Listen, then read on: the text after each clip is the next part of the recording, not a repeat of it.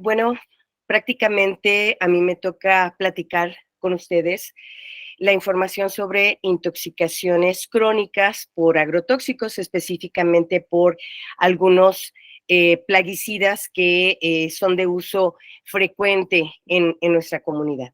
¿Me pasan la siguiente, por favor? Bien, bueno, para empezar, bueno, ya tuvimos una plática el sábado muy interesante sobre intoxicaciones agudas por plaguicidas. Sabemos de antemano que, bueno, los plaguicidas o pesticidas son sustancias o mezcla de sustancia, la mayor parte de ellas, destinadas precisamente para prevenir, destruir, repeler o disminuir o mitigar las plagas. Tenemos muchas clasificaciones. Lo más común es que se dividan por su uso, por su destino: insecticidas, herbicidas, fungicidas, rodenticidas, acaricidas, es decir, etcétera, sobre todo para las especies a las cuales van dirigidas. Hay reguladores de crecimiento de plantas, hay repelentes, hay atrayentes que a menudo, bueno, se incluyen en estas mezclas para fines agrícolas. ¿Me pasa la siguiente, por favor? Bien, ¿para qué se utilizan? Básicamente, estos pesticidas decíamos que se utilizan como formulaciones, es decir, hay un ingrediente activo junto con otros ingredientes como vehículos y algunas otras sustancias que permiten esta mezcla para la dilución, aplicación y estabilidad de estos ingredientes. Sin embargo, a veces los vehículos o las sustancias con las cuales se adicionan no siempre son inertes o no siempre están exentos de toxicidad. ¿Cómo estamos expuestos básicamente todos los seres humanos? Bueno, la exposición es por las mismas vías que ya hemos estado platicando del resto de las intoxicaciones. Puede ser por vía oral, generalmente la más común, por vía dérmica. Esta vía por la absorción en piel básicamente está mucho más relacionada para los trabajadores agrícolas que para nosotros como población en general. O por inhalación, que puede ser también en una situación laboral o una situación inclusive doméstica. ¿Cuántas veces no utilizamos nosotros los plaguicidas y estamos inhalando los mismos? Bien, la población en general como nosotros o el resto de la población lo consumimos, estos plaguicidas, a dosis bajas de manera crónica como residuos precisamente que vienen en los alimentos que vienen directamente del campo o en otro caso, también muy frecuente, como contaminante del agua potable que nosotros bebemos. Uno de los problemas que ya manejó la doctora Jessie, por ejemplo, el sábado, fue el hecho de que la gente que maneja estos plaguicidas, que elabora normalmente con estos plaguicidas, puede tener en su ropa, puede tener un depósito de plaguicidas a partir de su ropa, y esto nos va a dar una lenta penetración a través de la piel o una exposición de otras personas. Es muy común que lleguen nuestros agricultores a sentarse a comer a la mesa, estén a un lado de la esposa o de los hijos, y esto permite en un momento dado la contaminación. Bien, un pequeño comercial. Tengo aquí una fotografía de un artículo que se me hizo muy interesante. No se lo subí como tal porque es un artículo más bien de información general, no científica, pero la Comunidad Europea tiene la contabilización de los plaguicidas que pueden venir en los alimentos. Y por ejemplo, es un reporte, se llama Blancanieves y los 48 pesticidas. Y lo más curioso es que podemos observar, bueno, le está ofreciendo la cocinera a Blancanieves una manzana que contiene 48 plaguicidas. Es decir, es la contabilización que han hecho en algunos alimentos europeos precisamente de este tipo de sustancias que parecen inocuos hacia nosotros, pero que, bueno, hay que tener la conciencia que los estamos consumiendo. ¿Me pasan la siguiente, por favor? Bien, entonces, todos los plaguicidas son parcialmente selectivos para ciertas especies, por ejemplo, los raticidas, por ejemplo, los insecticidas, los molusquicidas. Sin embargo, no son únicamente adversos para estas especies, sino que pueden ocasionar algunos otros daños en algunas otras especies a los que no están destinados.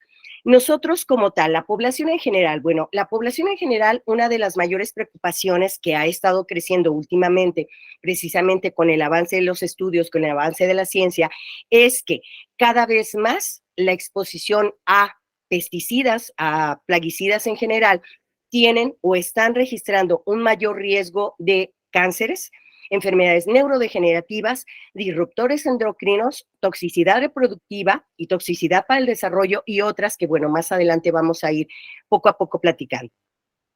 Entonces, bueno, a nivel mundial, el principal problema de estos pesticidas o de estos plaguicidas sigue siendo el envenenamiento humano agudo, es decir, estamos preocupados por las intoxicaciones agudas que nos llegan a los servicios de urgencias, pero bueno, ¿qué está pasando más allá de estas intoxicaciones agudas? Estas intoxicaciones crónicas, ¿cómo las vamos a detectar? ¿Cómo las vamos a diagnosticar? ¿Cómo los vamos a tratar? ¿Qué es la finalidad de este tema? Aquí en esta diapositiva, bueno, les pongo básicamente lo que es precisamente las toxicidades de acuerdo a las bandas toxicológicas que tienen todos estos productos agrotóxicos o del campo. ¿Me pasan la siguiente, por favor? Bien, para platicar, ¿qué es una intoxicación crónica? Bueno, una intoxicación crónica es cuando un individuo ha sido expuesto a dosis muy bajas durante un tiempo prolongado y que el efecto nocivo aparece de una manera muy tardía, ¿sí? Y que la mayor parte de estas intoxicaciones crónicas dejan secuelas prácticamente irreversibles.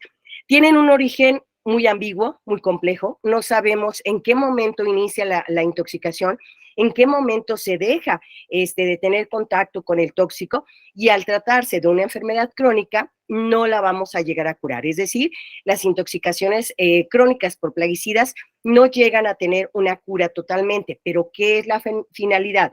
La finalidad es, primero, detectar y aislar a nuestro paciente de una fuente de exposición o una fuente contaminada, tratar de controlar la sintomatología, la cual va a evitar, una vez que le empecemos a controlar, que se complique con nuevas patologías. Incluso podemos tratar de revertir parcialmente algunas de las condiciones que acompañan esta patología y así tratar de mejorar la calidad de vida de nuestros pacientes. ¿Me pasa la siguiente, por favor? Bien, los plaguicidas dentro de esta situación de salud ambiental, ¿cómo los podemos determinar? Los plaguicidas son considerados tóxicos ambientales. ¿Por qué? Porque son introducidos al medio. Básicamente no nos andamos fumigando nosotros directamente. Bueno, sí hay algunos casos, sobre todo cuando hay epidemia de piojos, de pediculosis, es común que las mamás les pongan Baygon o les pongan Raid, casi jardín en las cabecitas a los pequeños y podamos tener alguna situación de intoxicación aguda. Sin embargo, ¿dónde ponemos nosotros los plaguicidas? Los plaguicidas los ponemos en el medio ambiente, en el suelo, por donde pasan las cucarachas, en el aire para matar los mosquitos, en los alimentos, básicamente la agricultura, para matar las hierbas.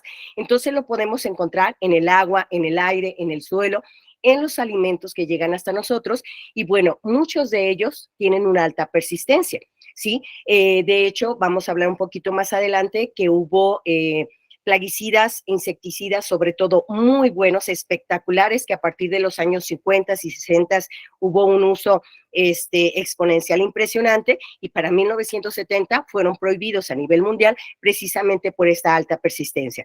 Nosotros, por ejemplo, en el Diario Oficial de la Federación, el 1 de noviembre de 1991, se sacó o se publicó la prohibición de algunos organoclorados, entre ellos el DDT. Sin embargo, si sabemos que el DDT es altamente persistente y dura 30 años en el ambiente para poderse degradar, quiere decir que todavía hasta la fecha, a pesar de que desde 1991 se prohibió, muchos de nosotros tenemos contacto precisamente con estos tóxicos. Entonces, el efecto crónico o la afectación a la salud va a depender mucho de la dosis al que hayan estado expuestos nuestros pacientes, del tipo de plaguicida que se estuvo utilizando, del tiempo de exposición que se tuvo, meses, semanas, días, años, y factores específicos del individuo, alguna comorbilidad, desnutrición, diabetes, etcétera. Entonces, en la actualidad, Organización Mundial de la Salud ha estimado que tanto los países desarrollados como los países en vías de desarrollo estamos expuestos a altos niveles de tóxicos ambientales, entre los cuales, bueno, están precisamente estos plaguicidas que son persistentes en el ambiente. ¿Me pasan la siguiente, por favor? Bien, entonces, bueno, un problema que tenemos con esos plaguicidas persistentes básicamente es que en cada aplicación, ¿sí? Además del daño inmediato que pueden desarrollar en ese momento, se van acumulando en el ambiente. Y esto va a requerir años en un momento dado para degradarse. Aunque nosotros dejáramos de aplicar cualquier tipo de plaguicida en este momento, sí, hay plaguicidas que van a tardar en degradarse 4, 6, 8 meses, inclusive 2, 10 años o más. Entonces, bueno, aunque se deje de usar en un lugar determinado, por estas características de persistencia, van a contaminar suelos, sedimentos, mantos freáticos, precisamente por la filtración hacia los mantos profundos de agua, y que necesitamos medidas muy drásticas, por ejemplo, los dragados o la limpieza de un río, el cierre de los pozos de una región, lo cual, bueno, no siempre va a ser factible. La repercusión más importante a largo plazo es la exposición indirecta, básicamente de todos nosotros, ya sea por inhalación, ya sea por la ingestión, sobre todo a través del agua y de los alimentos contaminados con estos residuos. ¿Me pasa la siguiente, por favor? Bien, una vez que nosotros contaminamos el suelo y contaminamos los mantos freáticos, los mantos de agua profundos, básicamente el daño es irreversible a nivel de la salud ambiental. Y esto repercute porque, bueno, ¿qué tiene que se contaminen los suelos o qué tiene que se contamine el agua? A final de cuentas, los consumidores finales de estos productos somos nosotros, ¿sí? Por medio del alimento, por medio del agua que tomamos, o inclusive nos bañamos, o inclusive preparamos los propios alimentos. Bueno, todos estos residuos generalmente llegan a nuestra mesa. Otra de las situaciones que debemos de abonar a esto es que en muchos lugares del mundo, sí, sobre todo en las áreas rurales, se obtiene principalmente de pozos profundos el agua que se utiliza. Y bueno, estos productos de transformación ambiental o biológica pueden resultar inclusive más tóxicos que la sustancia inicial. Todo esto se transforma por medio de la luz solar, por medio del agua, por medio de algunas reacciones químicas del suelo, y esto nos puede llevar a tener de alguna forma productos que pueden ser, algunos de ellos o muchos de ellos, menos tóxicos, pero otros de ellos pueden tener una alta toxicidad. Entonces, bueno, hay plaguicidas identificados como peligros a largo plazo, sí, en el medio ambiente, y que básicamente están prohibidos en el planeta o rigurosamente restringidos por el convenios internacionales, por ejemplo, en el convenio de Estocolmo, que básicamente entró en vigor en el año 2004 y que abarca 12 productos químicos, perdón. Dentro de estos 12 productos químicos que están o que deben de estar restringidos a nivel mundial, 8 de ellos son plaguicidas. Entonces, la situación es grave, la contaminación ambiental es grave y tenemos que conocerla precisamente para evitar este tipo de contactos o situaciones. ¿Me pasa la siguiente, por favor?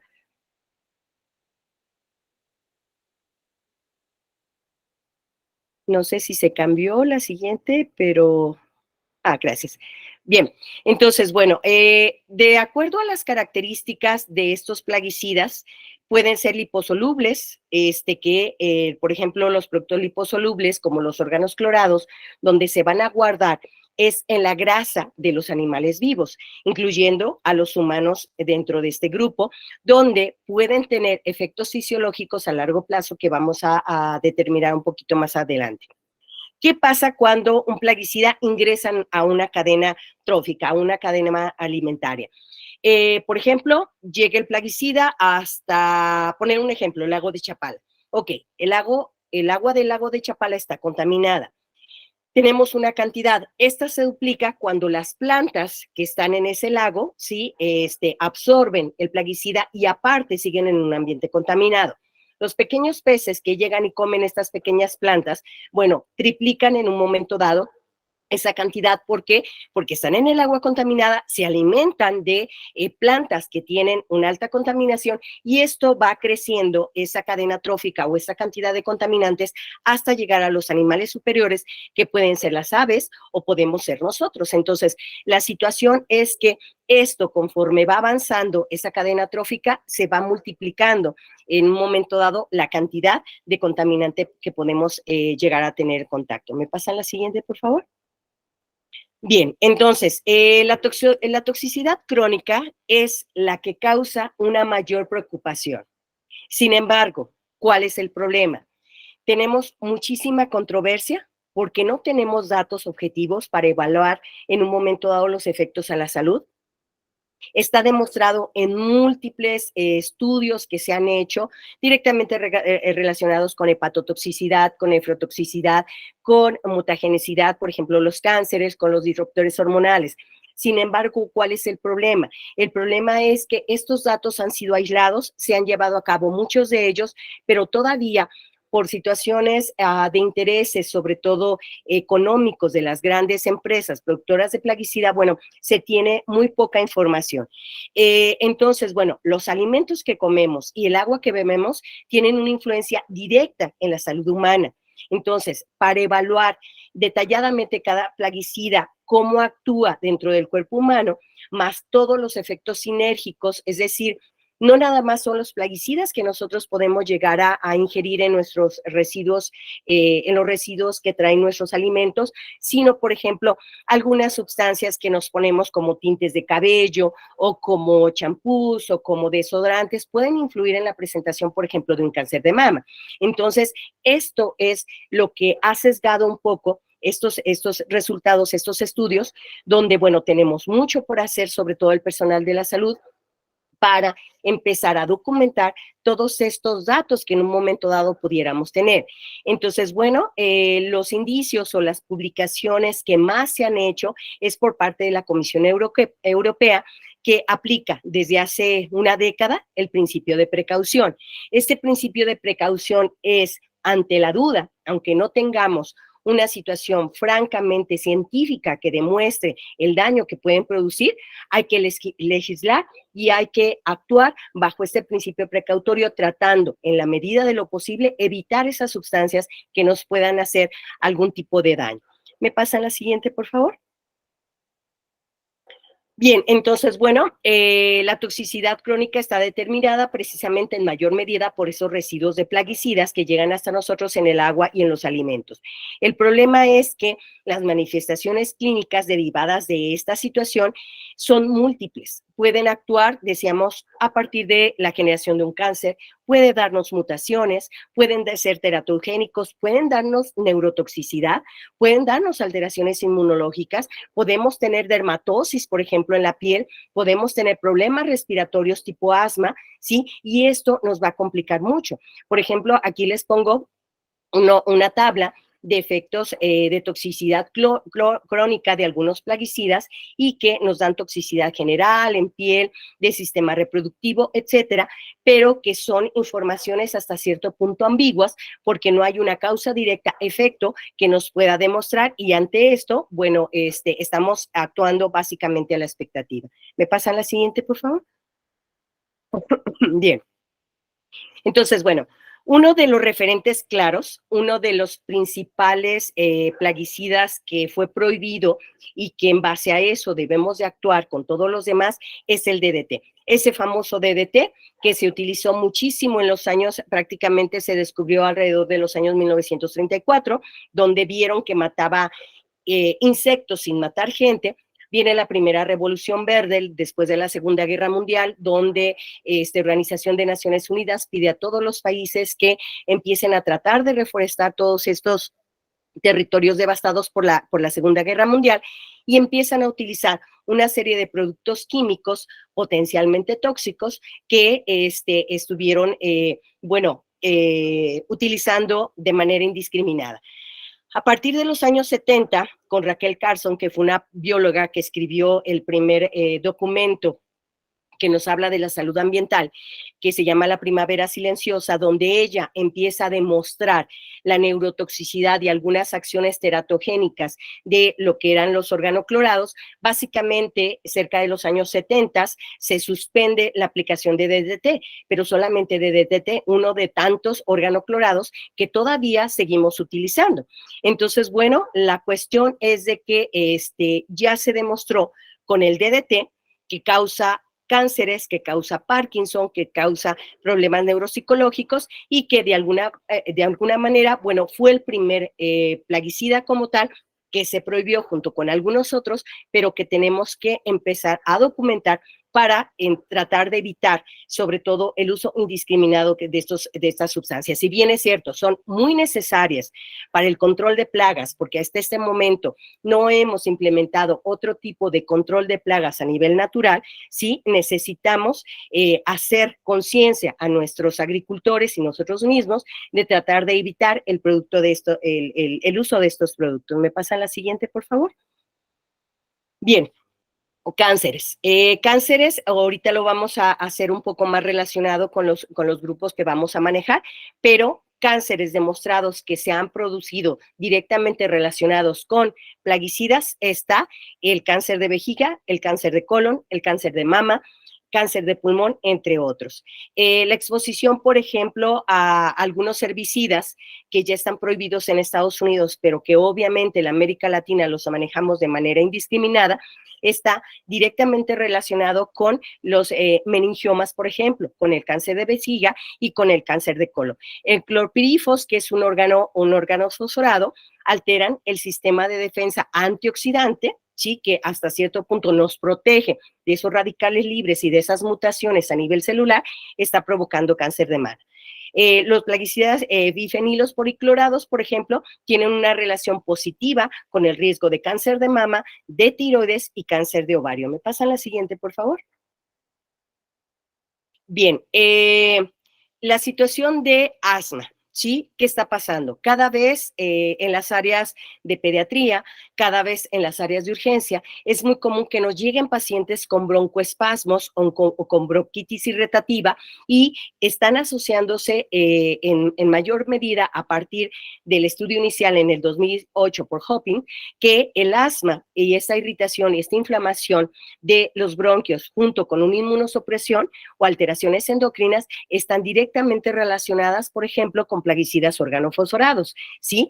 ¿Qué pasa cuando nosotros estamos utilizando esas mezclas? Porque las mezclas, el Vicon, el Ricacicardin, el H24, siempre van a tener un órgano fosforado y una piretrina o piretroide que son menos tóxicos. Sin embargo, ¿qué está pasando? ¿Sí? ¿Qué está pasando con todos estos plaguicidas que estamos utilizando y que pueden llevarnos no solamente a un proceso de broncoespasmo, un asma, sino que también podemos tener conjuntivitis alérgica, podemos tener rinitis alérgica directamente relacionado con el uso de estas sustancias?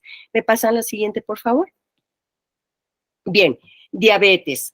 ¿Qué sorpresa nos da en un momento dado el hecho de que dentro de algunos estudios que se han hecho directamente relacionados con la salud ambiental está lo que es todos los compuestos organopersistentes en el ambiente y en este caso los organofosforados, ¿sí? Síndrome metabólico, ya hay por ahí un estudio que se presentó de síndrome metabólico directamente relacionado con la exposición a contaminantes ambientales.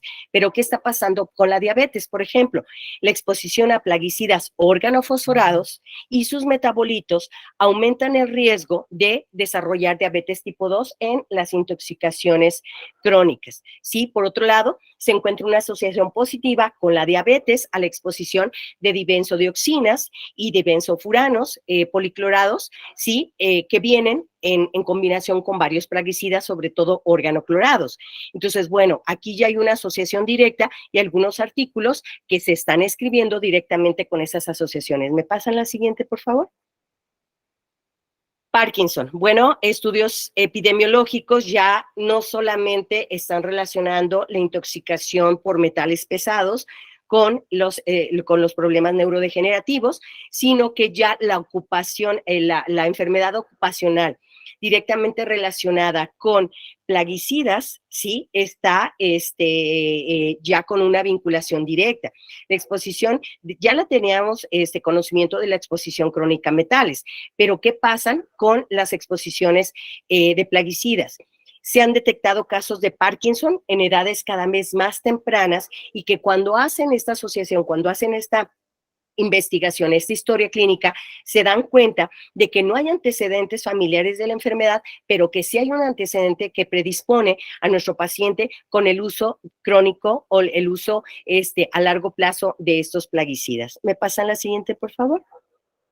Bien, efectos neuropsicológicos y cognitivos. Bueno, se hizo una revisión en el 2016, una revisión sistemática de Muñoz y colaboradores, donde concluyen que existe una asociación entre la exposición a plaguicidas organofosforados y los efectos neuropsicológicos y cognitivos. Si bien es cierto, estamos acostumbrados a que una intoxicación por órganos fosforados nos va a dar alteraciones a nivel de sistema nervioso autónomo y vamos a tener todos esos síndromes nicotínico, muscarínico y de sistema nervioso central.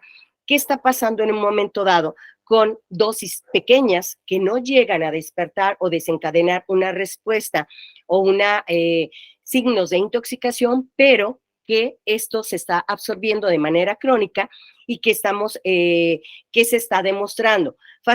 Básicamente hay alteraciones en las funciones ejecutivas, es decir, cuando ejecutamos tareas, en la velocidad psicomotora, en la situación verbal, en la cuestión de la memoria, la atención, la velocidad de procesamiento y el funcionamiento visual espacial junto con la coordinación. Entonces, bueno, aquí se viene una tabla donde vienen los insecticidas, a qué nivel en un momento dado tienen la alteración y el efecto, ya sea el activador o de inhibición, que se puede dar en estas terminaciones nerviosas. Obviamente, les decía, estamos acostumbrados a la sintomatología aguda, pero ¿qué está pasando en un momento dado con estos datos de sintomatología crónica que diagnosticamos como cualquier otra enfermedad neurodegenerativa, pero que se nos escapa en un momento dado el origen? ¿Me pasa la siguiente, por favor? Bien. Una de las situaciones que debemos de tener en cuenta es que el principio fisiológico del sistema nervioso de un insecto es en funcionalidad igual que el de un humano. Sí, obviamente somos seres superiores, tenemos un funcionamiento más complejo. Sin embargo, sí, tal cual nosotros vemos una cucaracha, la correteamos, le ponemos el baigón y empezamos a ver que se empieza a tambalear.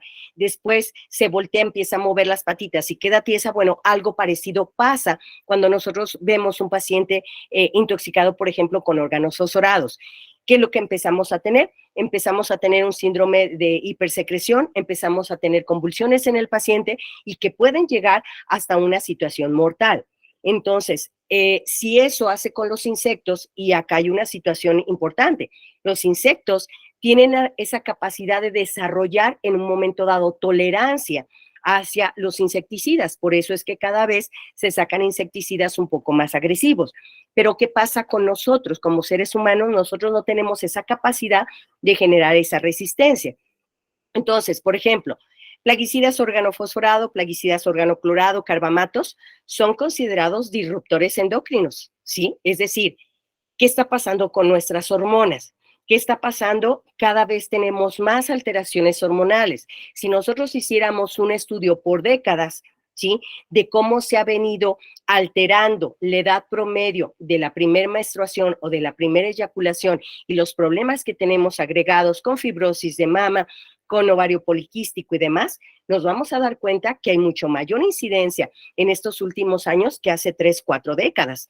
Entonces, bueno, hay varias vías de hiperactivación de señalización celular que, bueno, cada uno de los plaguicidas puede activar y que son fundamentales para procesos celulares esenciales como proliferación, migración, supervivencia, apoptosis, por ejemplo, y que al momento que tenemos esa alteración hormonal o esa desregulación, vamos a tener un descontrol celular y una alteración en la supervivencia de células, sobre todo tumorales, que nos puede llevar a la proliferación de un cáncer. ¿Me pasan la siguiente, por favor?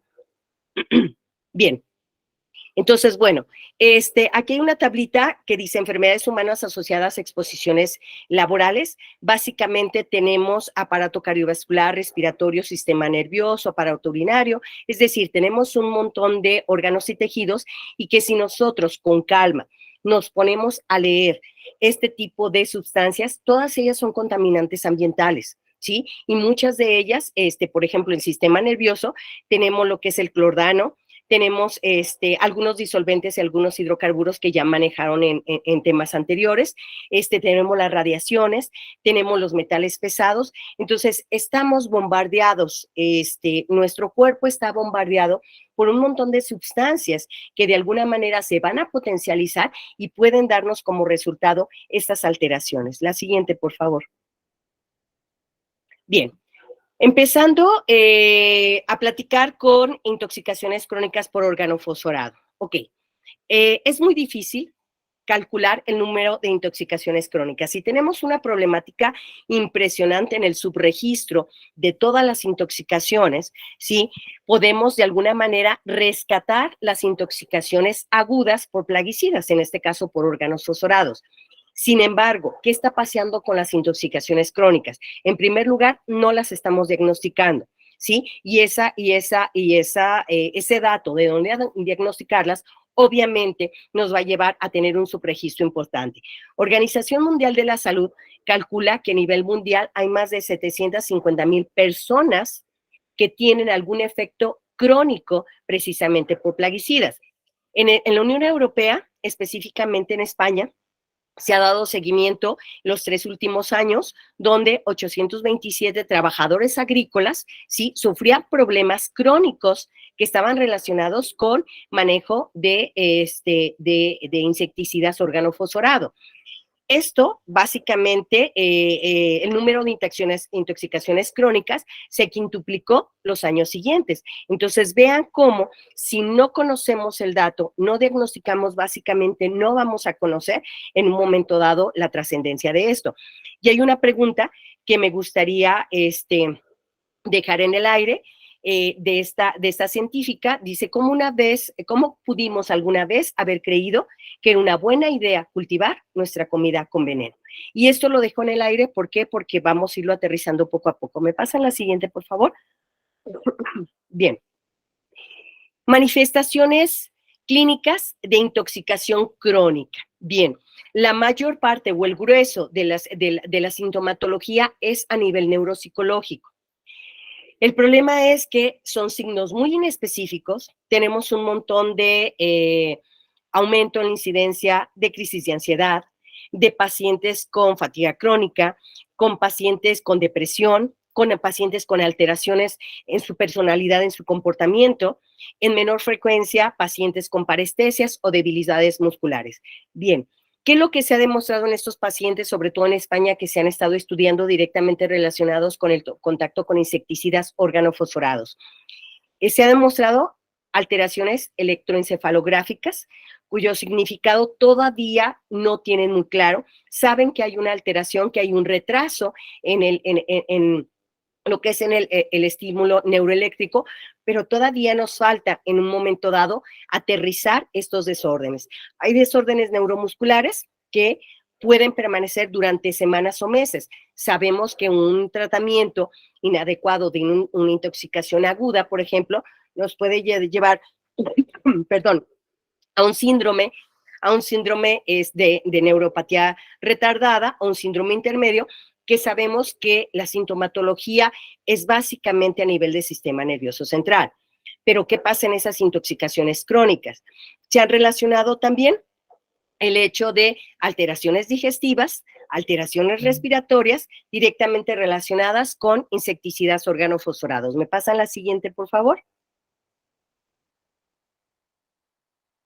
Bien, síndrome intermedio. Síndrome intermedio se da directamente después de intoxicación aguda por inhibidores de la colinesterasa, específicamente órganos fosforados.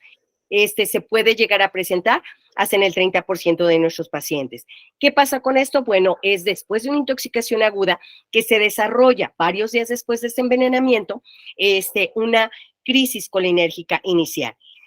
Bueno, ¿qué es lo que pasa? Hay una marcada debilidad de los músculos respiratorios que nos pueden llevar a la muerte del paciente a pesar de que nosotros hayamos tratado de manera adecuada la intoxicación aguda.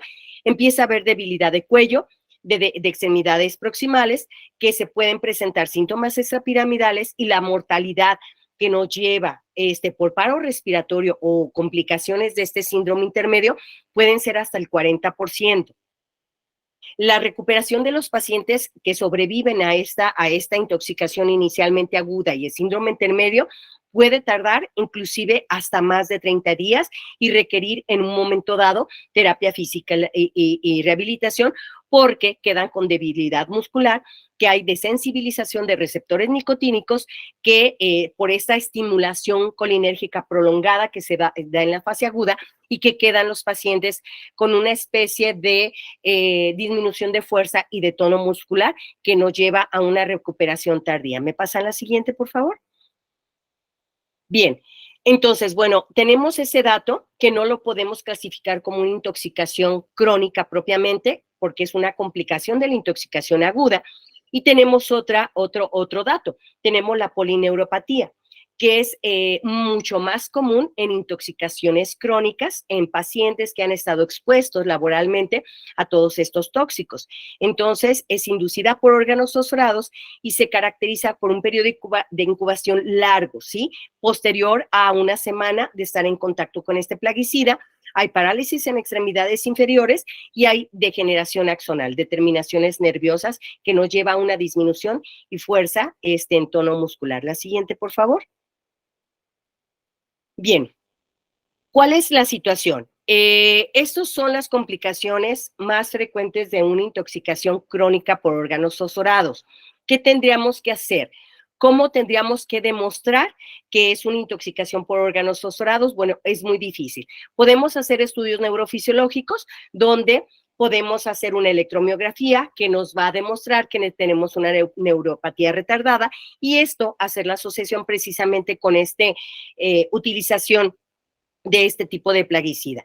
Hay un déficit funcional a nivel de las terminaciones motoras, sobre todo a nivel de piernas, inclusive de brazos, que puede tener una pérdida hasta del 62% de la potenciación postetánica, es decir, tenemos nosotros una alteración en todo lo que es este estímulo eléctrico, sobre todo en miembros inferiores. Y además hay una denervación parcial de los músculos, es decir, hay una especie de falta de inervación, vaya, del sistema nervioso hacia los músculos afectados. Hay una actividad espontánea anormal, hay alteración de los potenciales de fibrilación y hay un reducido patrón de interferencia, es decir, eléctricamente no llegan los estímulos hasta donde deberían de llegar, sobre todo en porciones distales de los miembros afectados. El pico máximo de esta lesión llega alrededor de la 8ª semana de inicio del cuadro. ¿Me pasan la siguiente, por favor? Bien, histopatológicamente, bueno, vamos a ver una neuropatía retardada, ¿sí? Que afecta a nervios periféricos. Debemos de tener en cuenta el antecedente del consumo o del contacto continuo con órganos fosforados. Los nervios afectados, va a haber una inflamación, hay vascularización de los nervios, hay una desmielinización paranodal de las mismas regiones de la fibra nerviosa y esto es lo que nos va a llevar precisamente a esa degeneración axonal de tipo multifocal y distal, que, bueno, desgraciadamente puede presentarse en algunas otras patologías, pero siempre hay que investigar nuestro antecedente en la historia clínica del contacto con órganos fosforados. ¿Me pasan la siguiente, por favor? Bien, entonces, no nada más eso. ¿Qué otra cosa podemos tener directamente relacionada con órgano fosforado? Alteración del sistema neuroendocrino, es decir, también a nivel del sistema nervioso central y a nivel del sistema nervioso endocrino, ¿sí? Hay neuronas especializadas que liberan hormonas a la sangre. que es la respuesta normal a la estimulación del sistema nervioso. ¿Qué es lo que pasa con estos productos? Estos productos que actúan como disruptores hormonales, específicamente en este caso los órganos fosforados, mimetizan, se camuflajean, ¿sí? Y antagonizan las acciones de las hormonas endógenas que tienen potencial de causar efectos adversos durante el desarrollo del sistema nervioso. ¿Qué va a pasar entonces cuando tenemos, por ejemplo, una mujer embarazada que está teniendo contacto con órganos fosforados? ¿Cómo van a ser el producto con estos disruptores endocrinos?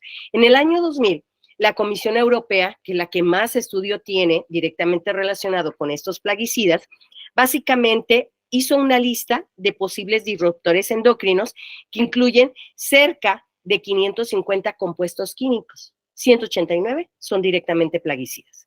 Y estos plaguicidas llegan hasta nosotros en toda nuestra comida diaria. La siguiente, por favor.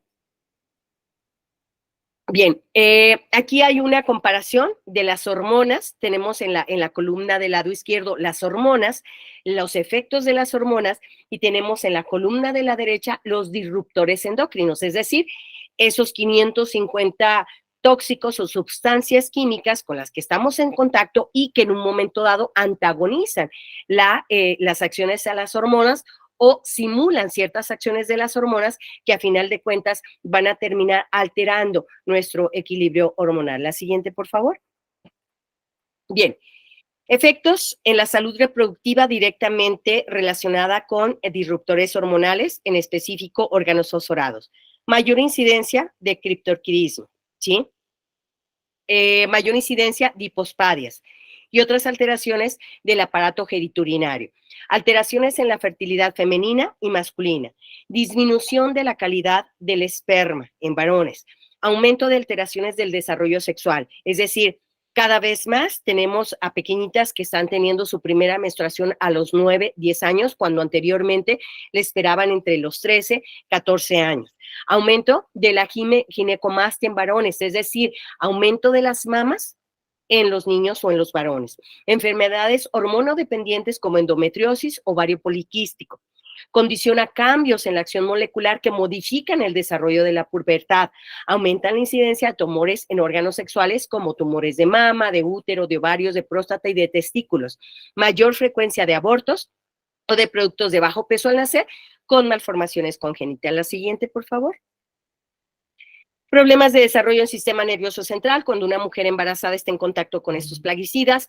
Problemas, nacen bebés con problemas de concentración y aprendizaje. Existe una relación directa entre el autismo y la exposición prenatal a algunos pesticidas. Hay alteración de los niveles de hormona tiroidea, hay incremento de trastornos inmunitarios, hay disminución en la proporción con respecto a mujeres. Esto es interesante. Se ha visto en algunos estudios europeos donde en países con exposición a dioxinas, básicamente nacen más productos mujeres que varones, precisamente porque parece ser que hay una exposición a compuestos senoestrogénicos, es decir, muchos que simulan una situación estrogénica. Y esto hay que profundizar. Obviamente son los primeros estudios que a lo mejor parecen sensacionalistas, pero que tenemos que profundizar en este tipo de cuestiones.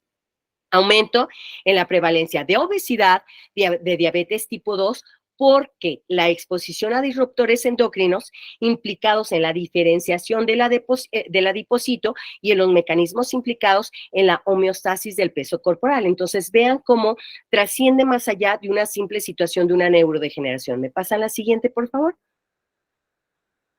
Tetraclorbinfos, paratión y malatión, diacinón, que son productos órgano-fosforados, son carcinogénicos, ¿sí? Ya se ha sugerido la inmunotoxicidad de estos órganos fosforados a partir de estudios in vitro en animales.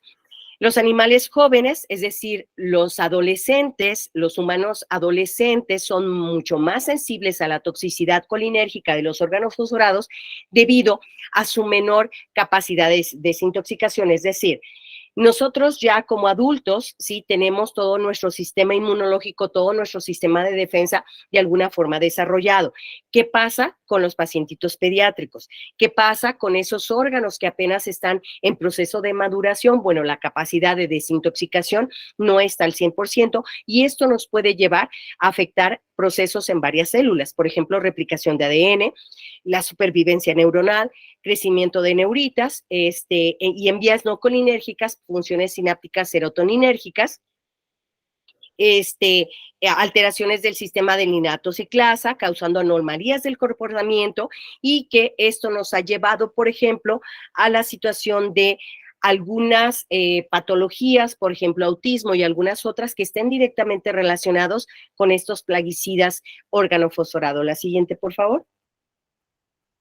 Bien, bueno, se han publicado algunos artículos donde se han demostrado efectos carcinogénicos y mutagénicos de los órganos fosforados basado en su poder como agentes alquilantes, ¿sí? En estudios experimentales, esta administración de órganos fosforados durante la gestación aumenta las muertes perinatales y anomalías congénitas en animales de experimentación. La siguiente, por favor.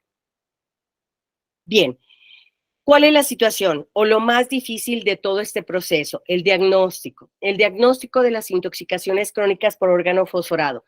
¿Dónde nos tenemos que basar? Historia de exposición, ¿sí? Tenemos un problema inespecífico, tenemos un paciente que regresa y que regresa con nosotros por alguna causa. Hay que preguntarle en qué trabaja, ¿sí? Muy probablemente su labor diaria puede ser el origen de esta enfermedad. Entonces, ¿cuál es el problema? Que no tenemos manifestaciones específicas, es decir, no es el hecho de una intoxicación aguda donde tenemos un síndrome nicotínico, síntomas muscarínicos, nicotínicos y del sistema nervioso central, que hacemos un toxíndrome de tipo colinérgico y que podemos hacer en un momento dado el diagnóstico. Aquí, desgraciadamente, son muy inespecíficas las manifestaciones clínicas, por lo cual nos vamos a perder con mucha frecuencia. Si tenemos la capacidad de sospechar, porque al momento de que estamos haciendo nuestra historia clínica, nuestro paciente nos dice que fue agricultor durante 30 años y si le preguntamos y nos dice algunos productos que son inhibidores de la colinesterasa, bueno, nos podemos orientar. El descenso en los valores de colinesterasa eritrocitaria puede ser estimable, sin embargo, la colinesterasa tiende a llegar a su nivel normal. La colinesterasa sérica también puede encontrarse disminuida. Si tomamos tanto colinesterasa eritrocitaria como colinesterasa sérica, nos pudiéramos orientar de alguna manera a una intoxicación crónica. Sin embargo, no es determinante. ¿Me pasan la siguiente, por favor? Bien, ¿qué es lo que tenemos que hacer? Son estudios sofisticados, de alguna manera no los tenemos a la orden del día como al laboratorio de la vuelta como para poderlos solicitar. Necesitamos en un momento dado, se ha estado en algunos artículos recientes, se han estado comunicando que hay aumento en los umbrales sensitivos vibratorios que pueden ser útiles para el diagnóstico precoz de la intoxicación crónica por insecticidas organofosforados. El índice de latencia distal de neuroconducción también puede ser un parámetro, es decir, necesitaríamos solicitarle a todos nuestros pacientes una electromiografía para ver estas alteraciones en la neuroconducción. Algunos autores recomiendan también la medida de metabolitos en de órganos fosforados en orina. Sin embargo, es algo complicado, no todos los laboratorios lo tienen y además de esto, bueno, pueden cambiar de alguna manera los valores. ¿Me pasan la siguiente?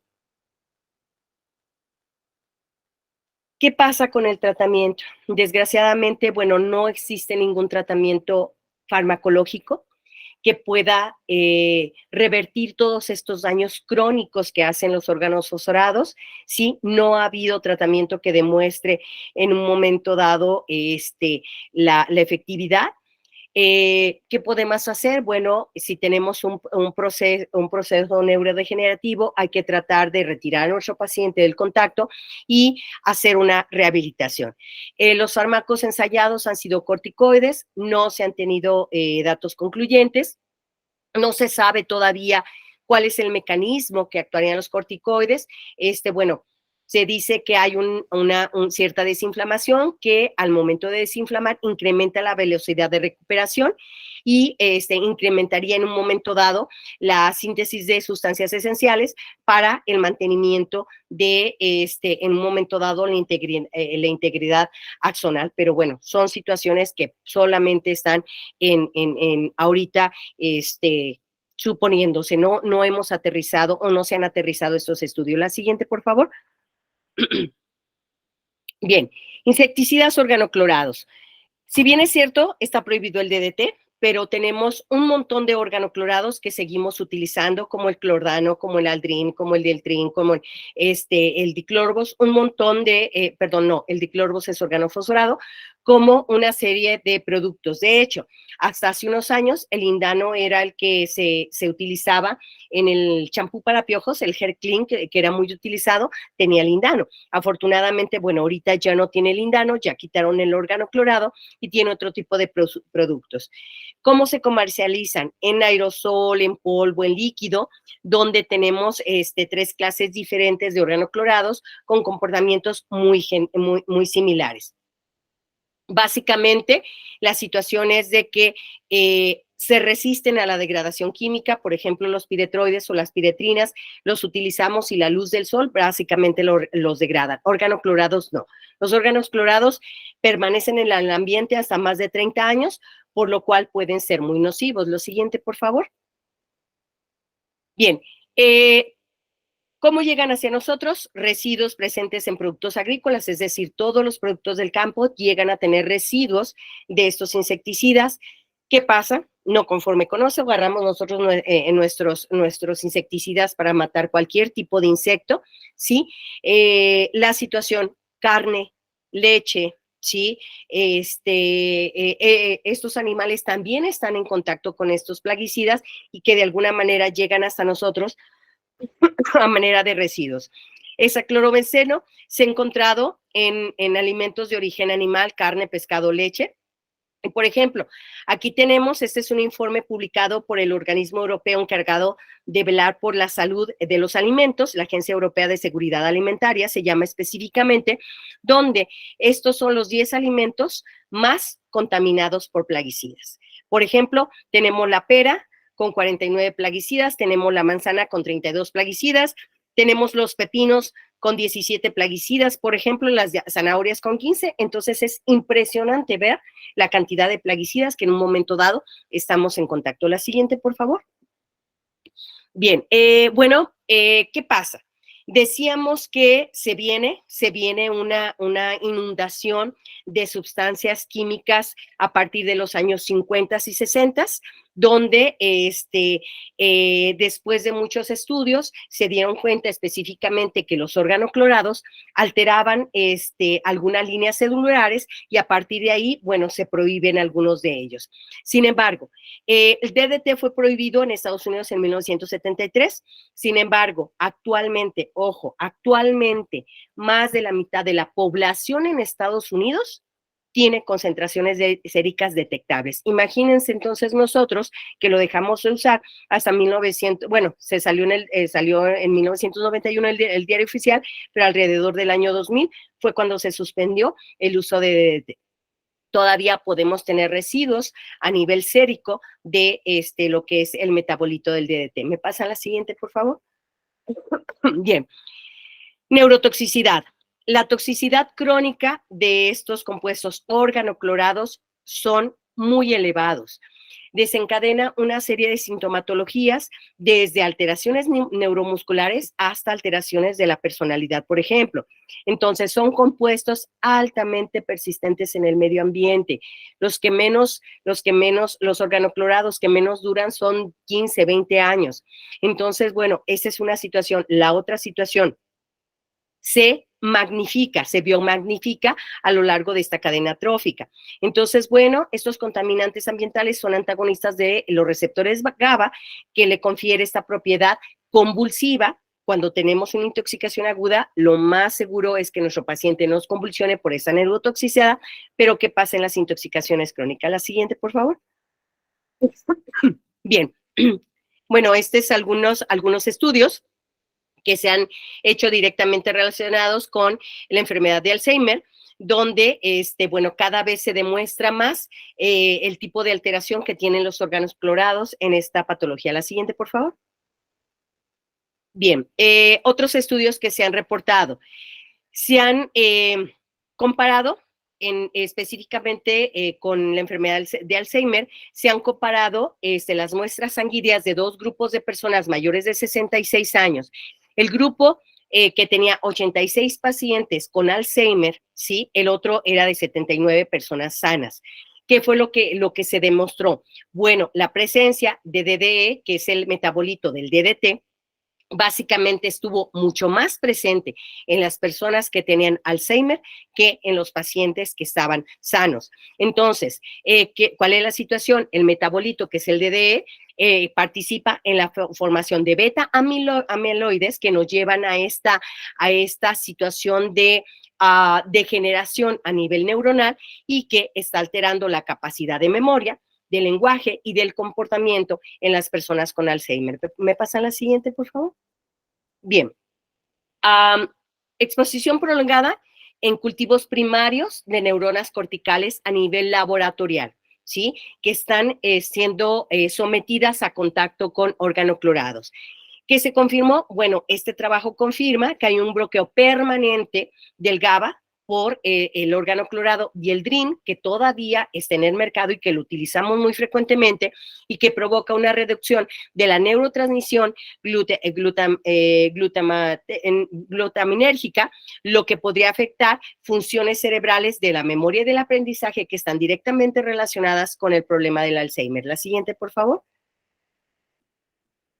Bien, el DDT fue el primer compuesto organoclorado que se encontró con acumulación biológica.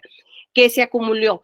El metabolito. ¿Cuál es el metabolito? El DDE, que es el diclorodifenil dicloroetano. El DDT es diclorodifenil tricloroetano y su metabolito es el diclorodifenil dicloroetano, ¿sí? Y se encontró en vegetales, en grasa animal, que son sustancias con alta toxicidad y que se van acumulando en tejido adiposo y que tienen efectos a largo plazo sobre todo los seres vivos.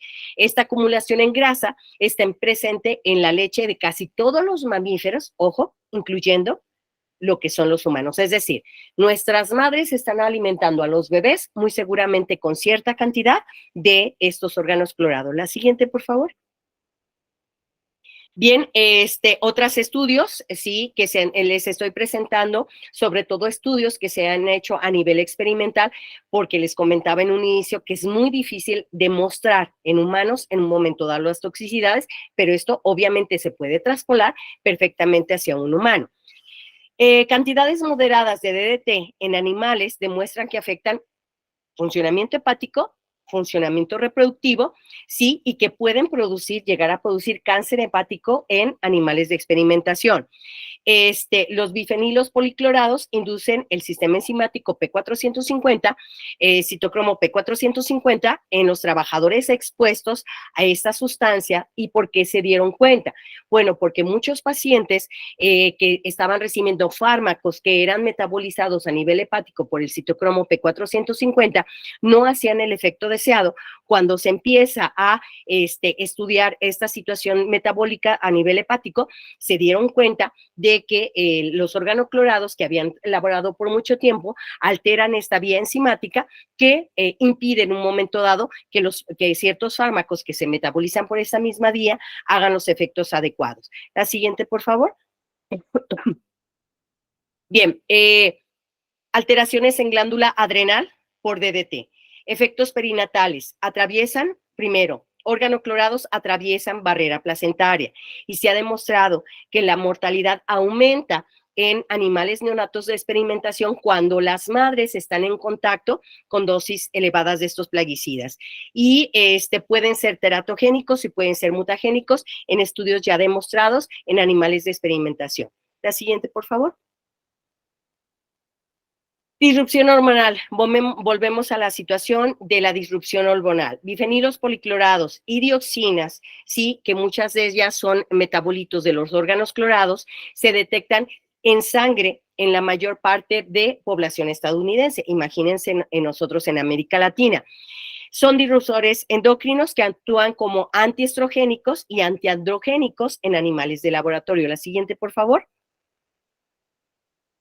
Bien, se encuentra una asociación igual que con los órganos fosforados de diabetes y la exposición a estas sustancias, estos metabolitos de los órganos organoclorados, específicamente DDT, oxiclordén, trasnonaclor, hexaclorobenceno y hexaclorociclohexano, que son muy comúnmente utilizados todavía. El DDT probablemente ya no porque está prohibido. Sin embargo, en muchos países tercermundistas, por ejemplo en la India, siguen utilizando el DDT. Dioxinas y bifenilos policlorados causan trastornos cutáneos. El famoso cloracné. El famoso cloracné cada vez tenemos a lo mejor más jovencitos, adolescentes con problemas de acné y que si nos vamos a los antecedentes, muy probablemente pudieron estar en contacto con estas sustancias que actúan como disruptores hormonales. Formaciones de quistes, cambios en la coloración de la piel, cambios en el grosor de la piel. En general, sobre todo en cara y detrás de las orejas es donde se dan más estos cambios. La siguiente, por favor. Bien, también tenemos alteraciones en el sistema reproductivo en ambos sexos, la exposición a disruptores hormonales, específicamente plaguicidas organoclorados, es un factor causal o promueve lo que es el carcinoma mamario. ¿Por qué? Porque, bueno, se ha demostrado que hay alteraciones a nivel de células mamarias y que muchos de los casos de cáncer de mama solamente explican una tercera parte de todos los cánceres, esta predisposición genética con el antecedente de hermanas, tías con cáncer de mama, solamente explica una tercera parte de los casos estudiados, sobre todo a nivel internacional. La siguiente, por favor. Bien. Cifras altas de DDT en suero en mujeres con carcinoma mamario, comparado con el grupo testigo sin desarrollar este padecimiento. De hecho, hay un artículo que es un poquito viejito, pero es uno de los artículos mexicanos, donde se demuestra que el cáncer de mama en hospitales de Veracruz está directamente relacionado con la presencia de órgano clorado. Entonces, bueno, esta exposición directa al aspirar los vapores o acumulación por la alimentación que llevamos, los residuos que vienen en la alimentación, a través del tiempo pueden ser precisamente los causantes de estos cánceres. Son altamente lipofílicos, se disuelven fácilmente en las grasas, constituyendo una fuente importante de exposición alimenticia y sobre todo donde por muchos años estuvimos utilizando este tipo de plaguicidas para el combate contra el dengue o contra el paludismo. ¿Qué pasa cuando le estamos dispersando en el ambiente? Bueno, habría que valorar causa y efecto. La siguiente, por favor. Bien, era el caso que les decía, el estudio realizado y el artículo que les subí en el Centro Médico del IMSS en Veracruz. Participaron voluntariamente 42 mujeres residentes de la ciudad de Veracruz, 21 de ellas programadas para cirugías del abdomen como controles y la extirpación de tumor mamario. Edad promedio entre los 50 más menos 15 años, y la situación, lo más importante que se demostró es que el estudio fue significativo para la presencia de órgano clorado directamente relacionado con este cáncer mamario. La siguiente, por favor. Bien, cáncer de páncreas, ojo. La situación es de que aquí les pongo las portadas de algunos de los artículos que se investigaron para este tema. Básicamente, el riesgo de cáncer de páncreas, el 12% está directamente relacionado o asociado con una asociación estadísticamente significativa para la exposición de organoclorados y cáncer de páncreas. Se realizaron búsqueda de bases de datos donde las conclusiones llegaron a que el riesgo para cáncer pancreático en la mayoría de estudios se encuentra un efecto hasta cierto punto de leve a moderado, pero ojo, con una limitada cantidad de participantes, un 12% directamente relacionado, bueno, ya es algo significativo. La siguiente, por favor. Cáncer de mama y concentraciones séricas de pesticidas organoclorados, algunos otros estudios que han demostrado precisamente esta asociación. Entonces, se acepta de forma generalizada que el cáncer de mama está relacionado con, en este caso, con hormonas estrogénicas, y acuérdense que organoclorados actúan precisamente como disruptores hormonales. La siguiente, por favor.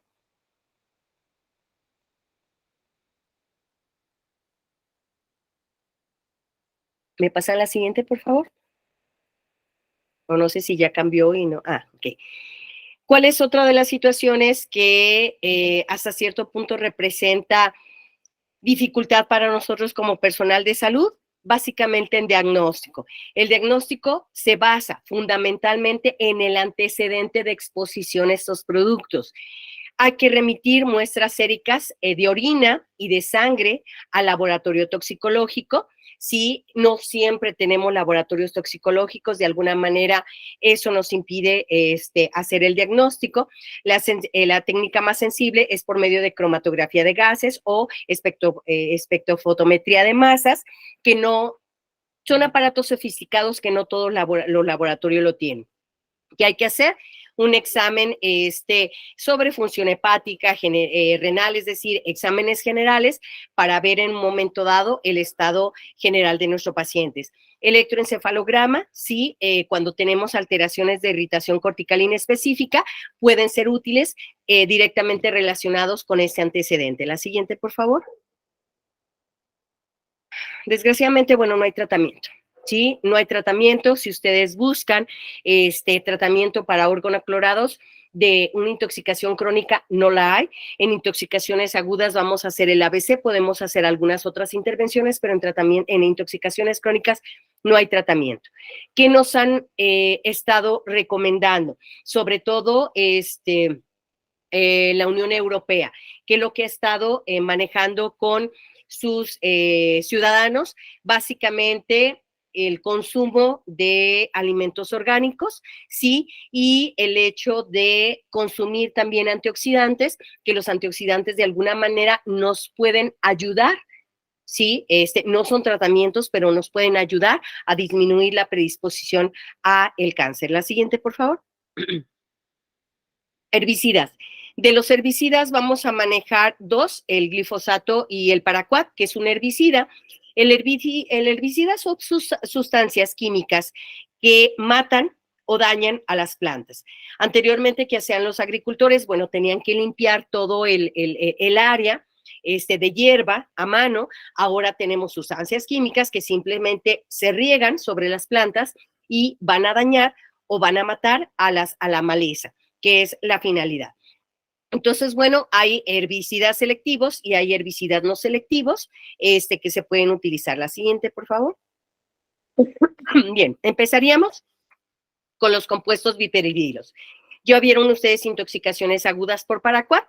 El paraquat es potencialmente tóxico, tiene daños específicos a nivel pulmonar, se presenta en forma líquida y es muy utilizado en todas las áreas de cultivo de nuestro país. Tiene una alta toxicidad aguda, se metaboliza en peróxidos altamente reactivos y se elimina por orina. La siguiente, por favor. Sin embargo, bueno, sabemos ya escuchamos el daño que se hace a nivel pulmonar. Puede afectar alvéolos tipo 2 sobre todo, y nos va a llevar a una fibrosis a final de cuentas de esta intoxicación aguda. Dada su alta toxicidad, ha faltado muchos estudios de qué otra cosa pasa, ¿sí? Aparte del daño a nivel pulmonar. Es decir, nuestros pacientes se nos mueren los primeros 10, 15 días posteriores al contacto con paraquat y no valoramos, nos centramos en las lesiones a nivel pulmonar, pero ¿qué pasa en un momento dado con otros órganos o sistemas que daña esta sustancia a otros niveles? La siguiente, por favor. Bien, ¿cuáles son las cifras de intoxicación a nivel mundial por paraquat? En el 2016 fueron más de 650,000 casos y se prevé que esta cifra supere el millón para el 2025. Las investigaciones sobre paraquat que se han hecho a partir de o independientemente del daño a nivel pulmonar en la neurotoxicidad.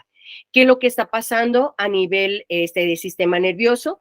Hay afecta la proliferación y la diferenciación de células madre neuronales, altera la expresión de genes relacionados con esa diferenciación neuronal, aumenta la fracción mitocondrial y altera la metilación del ADN, es decir, nos va a producir una neurodegeneración. Ha habido también investigaciones a nivel reproductivo, sí, nada más que todos estos se han llevado a cabo en animales de experimentación, porque en los humanos, les decía, la muerte sobreviene demasiado rápido y no nos ha dado tiempo de investigar qué otro tipo de situaciones pueden llegarse a presentar. Investigación reproductiva, bueno, altera el eje hipotálamo pituitario gonadal, afecta funciones reproductivas, por ejemplo, en codornices japonesas, en ratas machos que se administró el paraquat por vía oral durante un periodo breve, básicamente alteró las células de Leydig a partir de las células madres progenitoras y lo que nos va a llevar a disminuir la producción de testosterona, bloqueando la espermatogénesis. En la mujer, básicamente la calidad del ovocito maduro, que juega un papel definitivo en el desarrollo embrionario y temprano de la fertilidad, se vieron alteradas, por lo cual básicamente también tenemos modificaciones a nivel de la fertilidad y podemos tener datos de teratogénesis. La siguiente, por favor. Bien, hay un estudio interesante, ¿sí? Donde se estudian agricultores que tenían alteraciones a nivel renal y en esto se estudiaron dos herbicidas, que fue el glifosato y el paraquat. Esta fue una vía a nivel de la inhalación. Es curioso porque cuando nosotros platicamos con los productores de paraquat, nos dicen que el mayor riesgo de paraquat es cuando se ingiere o se absorbe por piel, que la inhalación es una de las vías de menor toxicidad. Sin embargo, aquí en estos pacientes se demuestra que la vía inhalatoria básicamente nos lleva a alteraciones a nivel renal y que en la orina se están detectando niveles de paraquat urinario, donde bueno, hay que valorar qué tanto está dando este tipo de alteraciones. También se reveló la presencia en el suero de mujeres embarazadas que participaban en la preparación de la tierra y en el trabajo agrícola y que durante el último trimestre del embarazo tuvieron contacto con estos tóxicos, donde los productos tuvieron alteraciones a nivel renal. Entonces, bueno, el paraquat también nos da alteraciones a nivel renal, pero no solo en intoxicaciones agudas, que es frecuente que se pueda ver, sino en contacto crónico y sobre todo por una vía que se establece que no es tan problemática como la vía inhalatoria. La siguiente, por favor. Bien, la cuestión es problemas respiratorios, ¿sí? Problemas respiratorios crónicos, no agudos. Entonces, bueno, en estos pacientes donde se utilizaban mezclas de plaguicidas o de pesticidas, específicamente con paraquat, bueno, esta exposición a paraquat se asoció precisamente con la enfermedad o con la presentación de asma. Los pacientes no desarrollaron una intoxicación aguda, pero los pacientes disminuyeron mucho su capacidad pulmonar, presentaron cuadros de asma, presentaron dolor torácico, presentaron rinitis alérgica y un patrón obstructivo en la espirometría. Entonces, aparte de las intoxicaciones agudas que pueden ser mortales, podemos tener alteraciones respiratorias. La siguiente, por favor. Bien, a nivel de cerebro, se acumula en hipocampo, en la corteza frontal, que son áreas cerebrales que están involucradas en el control de la función cognitiva, ¿sí? ¿Qué es lo que se ha demostrado? Bueno, que este compuesto tiende a distribuirse apuntando a toxicidad a hipocampo y después de una exposición prolongada por vía inhalatoria, induce una síntesis de péptido beta amieloide, que es una proteína precursora de beta amieloide en la corteza y que esto nos va a llevar en un momento dado a una degeneración a nivel cerebral que nos puede alterar lo que es la función cognitiva de nuestros pacientes. ¿Qué se ha estado observando? Bueno, trastornos neurodegenerativos, disminución de las espinas dendríticas en regiones de asociación como hipocampo y proencéfalo, donde esto nos va a llevar como resultado alteraciones en las funciones cognitivas tras la exposición crónica a este compuesto, al paraquat. La siguiente, por favor. Bien, enfermedad de Parkinson idiopática, mayor riesgo de enfermedad de Parkinson idiopática. Sin embargo, bueno, la situación es de que a pesar de que se ha estado estudiando y se ha estado demostrando en animales de laboratorio, bueno, todavía hay esa duda que tanto en el humano se puede presentar. Entonces, bueno, ¿qué se pasa? ¿Qué se sugiere tras la exposición con paraquat? Promueve la acumulación de células senescentes en el cerebro, que envejece y que puede llevar a la neurodegeneración dopaminérgica, que nos va a dar como resultado Parkinson o nos puede dar Alzheimer. La siguiente, por favor. Diagnóstico, bueno. Diagnóstico válido sobre todo para intoxicaciones agudas, ¿sí? El antecedente, siempre el antecedente de exposición. Los niveles de paraquat pueden ser determinados por radioinmunoanálisis, que tienen valor pronóstico. Se puede hacer una investigación de paraquat en orina. Sin embargo, bueno, es menos confiable. Aquí la situación es que a lo mejor las cifras de paraquat no son detectables, pero esto no quiere decir que nuestro paciente haya estado en contacto con la sustancia. La siguiente, por favor. Bueno, de tratamiento básicamente tampoco existe tratamiento, nada más dar el tratamiento para los procesos de asmáticos o neurodegenerativos. Y bueno, glifosato es un herbicida que, les soy honesta, no me había metido tanto a investigar, pero encontré de que el gobierno federal tiene todo un expediente impresionante de estudios que se han publicado directamente relacionados con el daño del glifosato. El glifosato, si ustedes ven lo que es la banda toxicológica, está considerado como ligeramente tóxico. Es utilizado de manera muy amplia.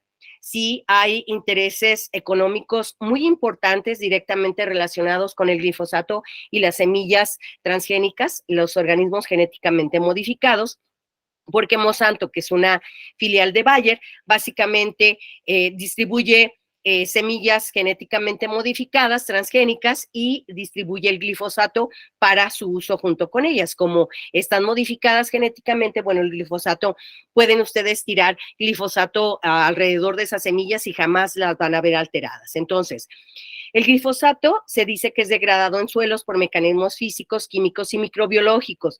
Sin embargo, ¿qué pasa? Ojo con la situación microbiológica. Al momento que estamos utilizando glifosato, toda esta bacterias o microorganismos que están en el suelo, que son descomponedores, pueden tener alteraciones, y esto nos va a llevar a un grave problema a nivel de salud ambiental. La siguiente, por favor. Bien, ¿qué pasa con la acumulación de glifosato? Contaminan cuerpos de agua, contaminan mamíferos, contaminan plantas, ya sea por el arrastre de la lluvia en esos lugares que se tiró o que se regó con glifosato, por filtración al drenaje subterráneo, por exposición del suelo, y a final de cuentas llega al humano. En el humano se ha relacionado directamente con cánceres, con desórdenes hormonales, con reducción en la fecundidad y afecciones a diferentes órganos o sistemas. Se ha demostrado el hecho de que también hay alteraciones a nivel genético de algunos organismos, sobre todo polinizadores, específicamente las abejas, en donde, a pesar de que es un herbicida, porque ni siquiera insecticida es, puede afectar a otro tipo de especie. La siguiente, por favor. Bien, ya se reportaron efectos nocivos, sí, en todo el mundo. La Unión Europea ya lo prohibió, algunos países en Asia, incluso en Estados Unidos. Afortunadamente, ¿qué pasó? Bien, por decreto presidencial, básicamente se logra la erradicación, esto se publicó en el 2019, la erradicación del uso de glifosato.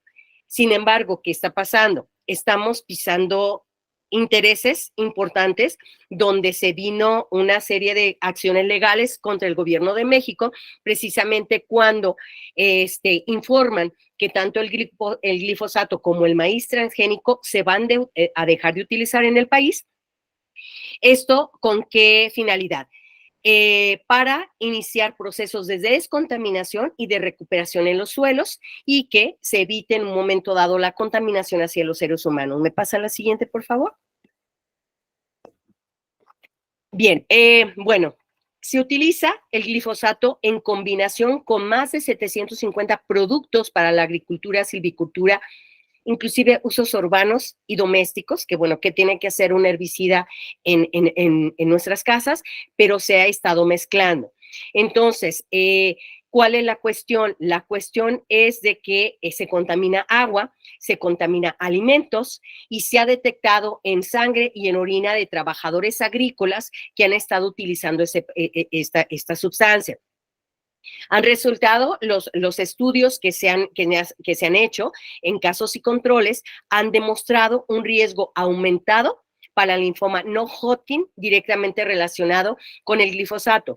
Y esto se demostró ya, de hecho, Monsanto quiso cambiar su nombre para evitar este tipo de cuestiones, donde básicamente se dio la primera demanda de un jardinero en los Estados Unidos que estuvo utilizando glifosato, perdón, y a partir del uso de glifosato, él desarrolló un linfoma no Hodgkin. Este personaje, este jardinero, ganó la demanda, sí, en Estados Unidos por $290 millones, pero a los 2 meses de haber ganado la demanda, este paciente muere. Y una de las declaraciones importantes que hace es que dijo que de lo que más se arrepentía era de haber utilizado esta sustancia en jardines donde los niños, porque era jardinero de escuelas infantiles, donde los niños estaban jugando. Entonces, bueno, la trascendencia de esta situación. La siguiente, por favor. Bien, animales de experimentación, ¿sí? Aquí hay una información de la Asociación Toxicológica Argentina donde demuestra, ¿sí? La carcinogenicidad de varias sustancias, entre ellas precisamente algunos órganos fosforados y también en el glifosato. ¿Qué es lo que está pasando en animales de experimentación? Básicamente en animales de experimentación directamente alimentados con semillas transgénicas tratadas con glifosato, han estado desarrollando carcinoma de túbulos renales, adenoma en células de islotes pancreáticos, ¿sí? Y bueno, esto ya se demostró.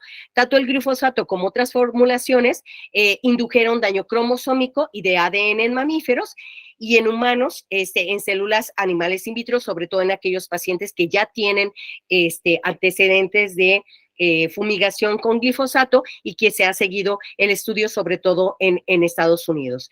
Entonces, bueno, clasificaron recientemente al glifosato como probablemente carcinogénico para humanos, es decir, los intereses de Bayer no han permitido que se declare abiertamente un producto carcinogénico. La siguiente, por favor.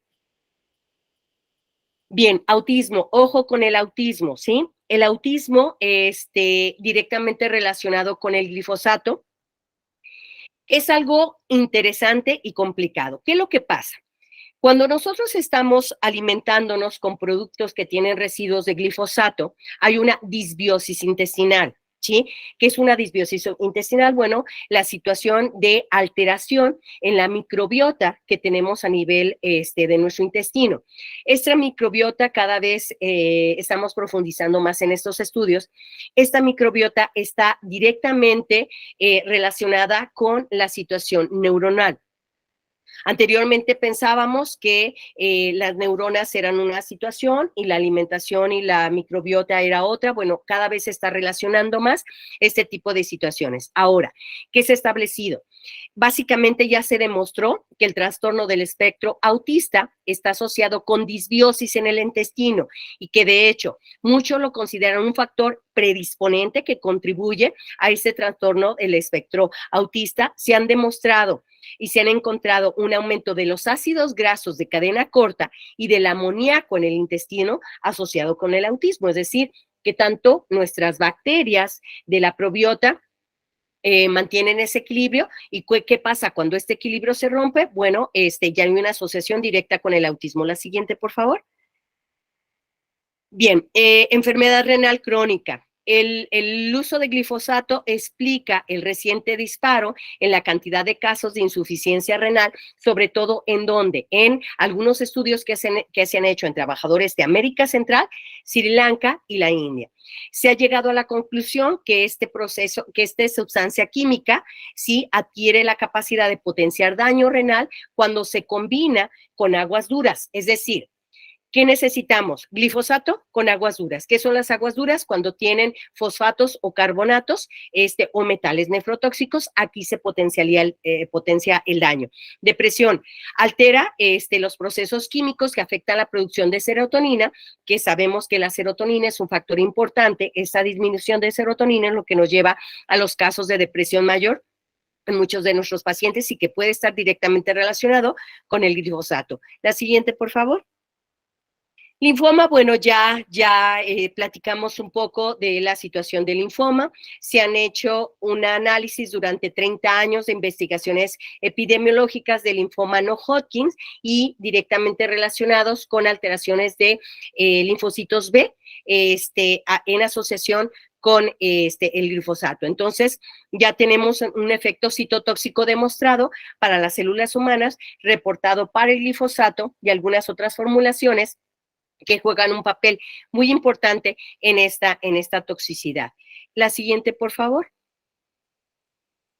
Bien, bueno, aparte de otra situación importante, ¿qué pasa con el glifosato en la microbiota del intestino? Ojo, altera la proporción de bacterias benéficas con bacterias dañinas, ¿sí? Es decir, las bacterias benéficas del intestino son sensibles a sustancias con el glifosato y las bacterias patógenas tipo salmonella, tipo Clostridium perfringens, Clostridium botulinum, son altamente resistentes al glifosato. Entonces, bueno, ¿qué es lo que está pasando con esta? Esta disbiosis nos puede llevar también a esta relación de la microbiota del intestino y la salud en general del humano, sí, que todavía apenas estamos empezando con estas investigaciones, pueden traernos trastornos metabólicos, diabetes, depresión, autismo y todo lo que ya hemos mencionado, inclusive enfermedades autoinmunes. La siguiente, por favor.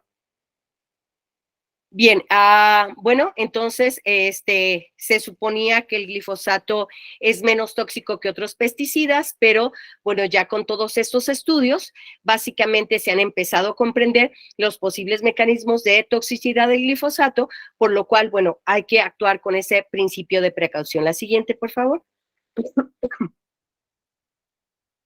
Bien, correlaciones con enfermedad de Parkinson, con alteraciones, sobre todo neurodegenerativas, donde todos esos estudios han demostrado ya ser significativos, estadísticamente significativos para estas neurodegeneraciones. La siguiente, por favor. Entonces, bueno, ya lo decíamos, enfermedades de Parkinson y algunas otras neurotoxicidades. La siguiente, por favor, son estudios que se han estado haciendo. Diagnóstico, bueno, también complicado. Hay que investigar una investigación toxicológica con antecedentes de exposición y podemos determinar niveles de glifosato o su metabolito, que es el ácido aminometilfosfónico, que tienen hasta cierto punto valor pronóstico. Aquí el problema es qué tipo de laboratorios nos pueden hacer estas determinaciones. La siguiente. Raticidas, bueno, raticidas, vamos a ver un solo raticida, que es altamente tóxico o altamente mortal en intoxicaciones agudas. Los raticidas son sustancias que se manejan para matar roedores, ratones, ratas y algunos otros animales que pueden generar la contaminación de cosechas. Entonces, bueno, hay una alta incidencia en envenenamientos con raticidas, sobre todo en la etapa aguda. La siguiente, por favor.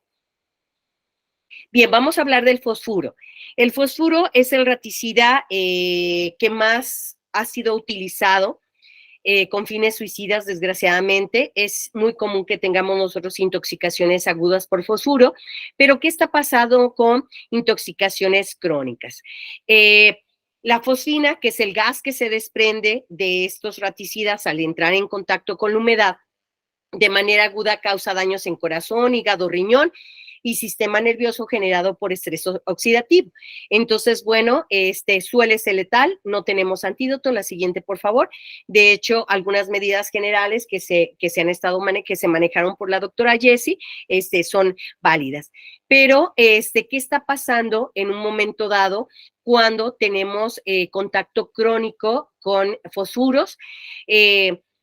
No se ha tenido mucha información. ¿Por qué? Porque cuando el fosfuro empieza a estar en el ambiente, empieza a diluirse y no hay datos de alguna forma de toxicidad crónica. Hay algunas situaciones por ahí que se han mencionado, pero no tenemos una asociación tan directa como en el resto de los plaguicidas. El Instituto Nacional para la Seguridad y Salud Ocupacional de los Estados Unidos en 1998 demostró que, bueno, en pacientes o en trabajadores que se ponen a la fosfina y que pueden en un momento dado superar el límite, básicamente lo que han tenido es irritaciones a nivel pulmonar. La siguiente, por favor. Bien, aquí está la toxicidad aguda. Sí, es altamente peligroso. Ya les explicaron la intoxicación aguda. Toxicidad tópica generalmente casi no se da, a excepción que caiga en alguna mucosa, puede dar algo de toxicidad, pero definitivamente la vía dérmica no es la inhalatoria, y la digestiva es la que podemos tener problema. La siguiente, por favor. Bien, ¿qué se ha descrito como toxicidad a largo plazo? Los pacientes mueren de una manera tan rápida que tampoco nos ha permitido algo similar al paraquat en hacer estudios. Neurotoxicidad, están pendientes los estudios, no han sido concluyentes. Teratogenicidad también, mutagenicidad también. No es cancinogénico hasta este momento, no se clasifica por la Agencia de Protección Ambiental de los Estados Unidos como un producto carcinogénico. No tiene datos de disrupción endocrina, no tiene efectos reproductivos. Los otros efectos son daño hepático, daño renal y algunos datos de gastritis crónica en humanos en dosis altas. Sin embargo, bueno, no hay una situación clara con una toxicidad de tipo crónico. Obviamente, muchos departamentos como lo que es la Agencia de Sustancias Peligrosas, la Conferencia Americana de Higienistas Industriales Gubernamentales, el Instituto Nacional para la Seguridad y Salud Ocupacional, bueno, tienen algunas situaciones de manejo extremadamente peligroso, pero en situaciones agudas. Además de ser inflamable, bueno, lo único que se ha documentado y no de una manera clara es la hepatotoxicidad y la nefrotoxicidad, pero no se explica si es por el contacto crónico o secundario a una intoxicación aguda. La siguiente, por favor. Bien, ¿qué vamos a hacer para diagnosticar la enfermedad renal? Bueno, algunos flujogramas que les voy a dejar aquí en la exposición, donde básicamente vamos a verificar la tasa de filtración glomerular, la proteinuria de nuestros pacientes y algunos otros datos clínicos, y dependiendo de esta situación, bueno, va a ser la derivación que vamos a dar de nuestro paciente. La siguiente, por favor. Bien, factores de riesgo en enfermedad renal crónica, vienen algunos factores de riesgo que tenemos de tomar en cuenta, algunos indicadores directamente de daño renal. factores de progresión, empeoramiento, factores del estado final, pero básicamente, bueno, nosotros qué corresponde como personal de primer nivel, simplemente el hecho de que acuda nuestro paciente, hagamos la valoración junto con la historia clínica, a someter a nuestro paciente exámenes generales y dependiendo de las alteraciones, bueno, hacer la derivación. La siguiente, por favor. ¿Sí? Pronóstico, bueno, va a depender directamente de lo que es la presencia de albuminuria, la tasa de filtración glomerular, que podemos en un momento dado determinar si hay alguna alteración, mandarlo con la especialidad correspondiente. La siguiente. Bien, criterios de referencia a nefrología. Ya una vez que nosotros hagamos nuestro diagnóstico del paciente, detectemos al paciente, aquellos pacientes con tasa de filtrado glomerular menor a 30 mililitros por minuto, en un aproximado de 1.73 metros cuadrados de superficie corporal, ojo, excepción de pacientes mayores de 80 años, porque bueno, sabemos que su filtrado glomerular está alterado, sin progresión de albuminuria, hay que mandarlos. Pacientes con tasa de filtrado glomerular entre 30 y 45 mililitros por minuto, con una edad menor a 70 años, si se detecta progresión en la albuminuria, o tiene cifras de albuminuria, criterios de albuminuria, se van a mandar. Pacientes con progresión de deterioro de la función renal, sí, pacientes con un cociente albúmina creatinina mayor a 300 miligramos por gramo, pacientes con hipertensión arterial que no podemos controlar, sí, a pesar de que estamos utilizando 3 fármacos, sí, a dosis máximas, y siendo uno de ellos por lo menos un diurético, y aún así no controlamos la presión, bueno, hay que mandar a nefrología. Pacientes con anemia, sí, pacientes con alteraciones persistentes del potasio, obviamente hay que derivar. La siguiente, por favor. Pacientes con insuficiencia hepática, bueno, a todos aquellos que nos den alguna alteración hepática, hay que hacer la historia clínica, hay que valorar factores de riesgo, hay que hacer la exploración física y hay que sacar pruebas de función hepática, hay que sacar pruebas serológicas, hay que hacer un ecosonograma y mandarlo como referencia ya sea a gastro o a medicina interna. La siguiente, por favor. Sí, bueno, algunos criterios del pronóstico de pacientes con daño hepático, si hay ascitis, si hay encefalopatía, si hay bilirrubinemia, si hay albúmina, si hay alteración de los tiempos de protrombina, bueno, hay que valorar. La siguiente. Pruebas diagnósticas para insuficiencia hepática, trombocitopenia, sacar una biometría hemática, hay que valorar la cantidad de plaquetas, hay que valorar la hemoglobina, hay que valorar leucocitos, hay que ver si tenemos prolongados los tiempos por una insuficiencia hepática, el aumento de bilirrubina en sangre, incremento de la fosfatasa alcalina o de las transaminasas, ¿sí? Disminución en la albúmina o hiperglobulinemia es criterio para mandar al paciente a gastro o a medicina interna. La siguiente. Bien, apoyarnos con un ecosonograma abdominal, una tomografía, ojo, tomografía y resonancia magnética son de poca utilidad, no hay que hacer gastar al paciente, básicamente van a demostrarnos muy pocos cambios estructurales con un simple eco abdominal, eco hepático tenemos para detectar alguna alteración. Siempre pensar que nuestro paciente, una vez que lo traten en las áreas correspondientes, un paciente con insuficiencia hepática es un paciente con un inmunocomprometido, hay que tener la valoración de algunos otros procesos, sobre todo de tipo infeccioso. La siguiente, por favor. Bien, entonces, bueno, ¿cuándo vamos a referir un paciente? Cuando tengamos una duda diagnóstica de una insuficiencia hepática, ¿sí? O que no podamos distinguir la etiología, hay que mandar un segundo o tercer nivel. Integrar en el primer nivel de atención el diagnóstico presuncional de insuficiencia hepática o insuficiencia renal, cual sea el caso, con factores de riesgo, datos clínicos que apoyen estos datos para poder derivar. Pacientes con complicaciones sin respuesta adecuada al manejo, no los vamos a valorar nosotros, no nos vamos a tratar nosotros, los vamos a valorar, pero hay que mandarlos para el seguimiento correspondiente. La siguiente, por favor. Bueno, cánceres. Hay que tratar de pensar en un cáncer cuando tenemos ciertos antecedentes, hay que valorar antecedentes médicos, hay que hacer la exploración física, hay que ver la historia toxicológica del paciente. Hay muchos estudios para diagnosticar un cáncer primario desconocido, sin embargo, son muy complejos. Lo que podemos hacer nosotros es una radiografía del área que sospechemos, un eco, una tomografía, una resonancia, un análisis de sangre. Generalmente hasta ahí llegamos. Biopsias y demás generalmente se hacen en un segundo o tercer nivel. La siguiente. Hay estudios de centellografía, hay endoscopías, hay ecografía endoscópica, hay pancreatografía retrógrada endoscópica, dependiendo en un momento dado de la localización del cáncer, pero generalmente no nos corresponde a nosotros. Esto ya se va a hacer en un segundo nivel, ya especializado. La siguiente, por favor. Tenemos, por ejemplo, sí, pedir una biometría hemática completa para ver en un momento dado las diferenciales de glóbulos rojos, glóbulos blancos, plaquetas, sí.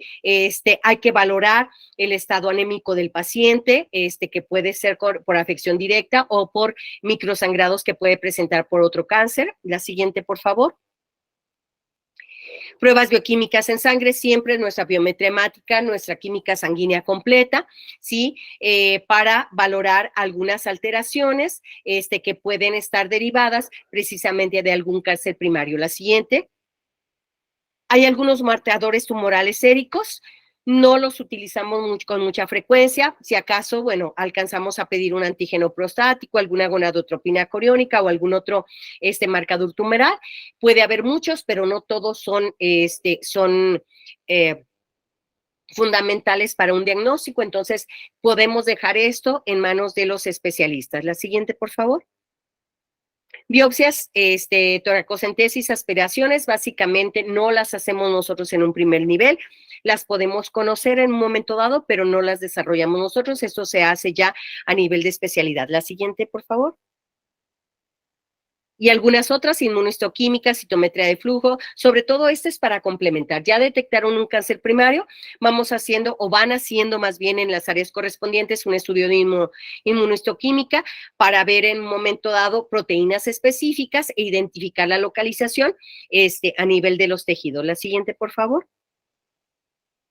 Factores de riesgo, ¿qué sí podemos hacer? Ok, tenemos el antecedente toxicológico de nuestro paciente en contacto con una sustancia que puede desarrollarnos algún tipo de cáncer, que debemos de estar en un momento dado platicando con nuestros pacientes, decirles que lleven una dieta adecuada, disminución de alcohol, la situación de tratamiento de las infecciones, la supresión de algunas hormonas, por ejemplo, en el caso de una mujer menopáusica que está recibiendo algún suplemento hormonal porque la comadre se lo recomendó, bueno, hay que hacer mucho hincapié en este tipo de cuestiones, evitar procesos de inflamación crónica, evitar en un momento dado estados de inmunosupresión, radiaciones, obesidad, control de peso, tóxicos ambientales, tabaco sobre todo. La siguiente, por favor. Bien, diagnóstico para disruptores hormonales, bueno, muy complicado, muy complicado. Generalmente podemos pedir algunos perfiles de hormonas tiroideas, de hormonas sexuales, sin embargo, no existe todavía un protocolo, un consenso a nivel mundial sobre la regulación de estos disruptores endocrinos, por lo cual, bueno, solamente nos quedaría en un momento dado cualquier paciente que tenga problemas hormonales de difícil manejo con antecedentes de algún tóxico en específico, plaguicidas, bueno, hay que mandarlo con el endocrinólogo para que el endocrinólogo valore y dé un tratamiento integral. La siguiente, por favor. Prevención, ok. Prevención. ¿Qué vamos a hacer? Nosotros como personal de salud tenemos que hablar con nuestros pacientes para que si se dedican a la agricultura, tratar de que utilicen el equipo de protección personal adecuado. Cada sustancia química tiene su equipo de protección personal. Hay normas oficiales mexicanas que nos dicen qué equipos de protección personal deben de tener. Cada equipo de protección personal debe de ser como tal, personal, no pueden estárselo prestando. Las tallas deben de ser las adecuadas, siempre deben de utilizar el equipo de protección personal en caso de riesgo, deben de mantenerse ese equipo de protección en buenas condiciones generales y, bueno, hay que minimizar los riesgos. Por ejemplo, ventilar el área antes de entrar a un área contaminada. La siguiente, por favor. Bien, bueno, personas consumidoras, ¿qué podemos hacer en general o qué podemos en un momento dado recomendar a nuestros pacientes? Sí, bueno, específicamente con los disruptores endocrinos, hay varias situaciones que nos van a servir a nosotros como tal. Primera situación, evitar calentar en horno de microondas cualquier alimento que vaya en plástico. Esto libera bisfenol B y esto nos puede en un momento dado aumentar el problema de un disruptor hormonal. Utilizar botellas de acero inoxidable o de vidrio. El hecho de que dejemos nuestra botella de Cielo, nuestra botella de Bonafón en el carro, el calor puede provocar la liberación de bisfenol B. Evitar cosméticos que tengan algunas sustancias químicas como parabenos, benzofenonas, triclosan y ftalatos que, bueno, potencian esta situación de disruptores hormonales. Reducir la ingesta de comida procesada o enlatada. Sí, es increíble la cantidad de disruptores hormonales que están llegando a nosotros. Disminuir un poco el consumo de cárnicos, comprar frutas y verduras generalmente orgánicas. La siguiente, por favor. Bien, otra de las situaciones, bueno, técnicas de producción industrial, disminuir el uso de sustancias químicas tóxicas. Organización Mundial de la Salud comenta que no debemos de pasar los 5 kilos de mezclas de tóxicos, de plaguicidas por hectárea. ¿Qué vemos aquí? Le echan un puño de una cosa, de otra cosa, la baten con la mano y la riegan de manera indiscriminada. Hay que educar a nuestros campesinos. Obviamente nosotros como personal de salud a lo mejor no nos corresponde, pero por lo menos hacer estos comentarios. La siguiente, por favor. Personal de la salud, ok. Asesorar sobre la conveniencia de usar el equipo de protección personal, ya lo habíamos comentado. Estar informados, nosotros como personal de la salud, a ver, viene temporada de lluvias, en temporada de lluvias, ¿qué tipo de sustancias utilizan para el campo? Y estar preparados para lo mismo. Van a utilizar en un momento dado insecticidas, valorar las intoxicaciones por organoclorados, organofosforados. Van a utilizar, por ejemplo, herbicidas, ¿en qué tiempo van a utilizar? ¿Cuáles son los cambios de temporal y las sustancias que se pueden utilizar para en un momento dado saber qué hacer? Otra de las cuestiones es de manera rápida, sí, remitir al paciente al segundo nivel lo más adecuado posible. Ya les platicó la doctora Jessie, que se tiene que hacer en una intoxicación aguda, tratar de estabilizar al paciente, no debemos mandarlo como tal, es bien común, ahí en el CRIAT me hablan y me dicen, es que te voy a mandar un paciente de mascota intoxicado por órganos fosforados. Ok, muy bien. ¿Qué manejo le has dado? Pues soluciones, y le puse una atropina porque es la única que tengo. ¿Cuál fue la vía de absorción? No, pues estuvo fumigando 4 horas. ¿Ya lo bañaste? No. A ver, espérame, pero yo no te lo recibo. ¿Por qué? Porque son 2 horas y media en donde el paciente va a seguir absorbiendo el tóxico y tenemos que limitar la absorción. Entonces, siempre hay que estabilizar adecuadamente el paciente para poderlo mandar. La siguiente, por favor. Equipo de protección personal. Adelante. La siguiente, por favor. Sí, y consumidores en generales. Lavar bien nuestras frutas y las verduras, la que se pueda pelar, quitarle la cáscara, hay que hacerlo, que es la que mayor cantidad de plaguicidas tienen. Algunos de los productos, cuando los cocemos, reducen la cantidad de contaminación por plaguicidas, y hay un montón, todas estas organismos que pueden consultar ustedes por internet, tienen información sobre estas sustancias que nos pueden orientar. La siguiente. Bien, culturas alternativas, bueno, no voy a ahondar mucho en esto, sobre todo lo que son productos orgánicos. La siguiente. Bien, entonces, bueno, lo que ya decíamos, Muchas de las situaciones pasan desapercibidas, hay que pensar en ellas, hay que tratar de diagnosticarlas de manera adecuada. Es muy común que confundamos las intoxicaciones crónicas y bueno, al cabo de que aparezcan estas patologías ya crónicas, pues va a ser muy difícil el hecho de poderlas corregir. La siguiente.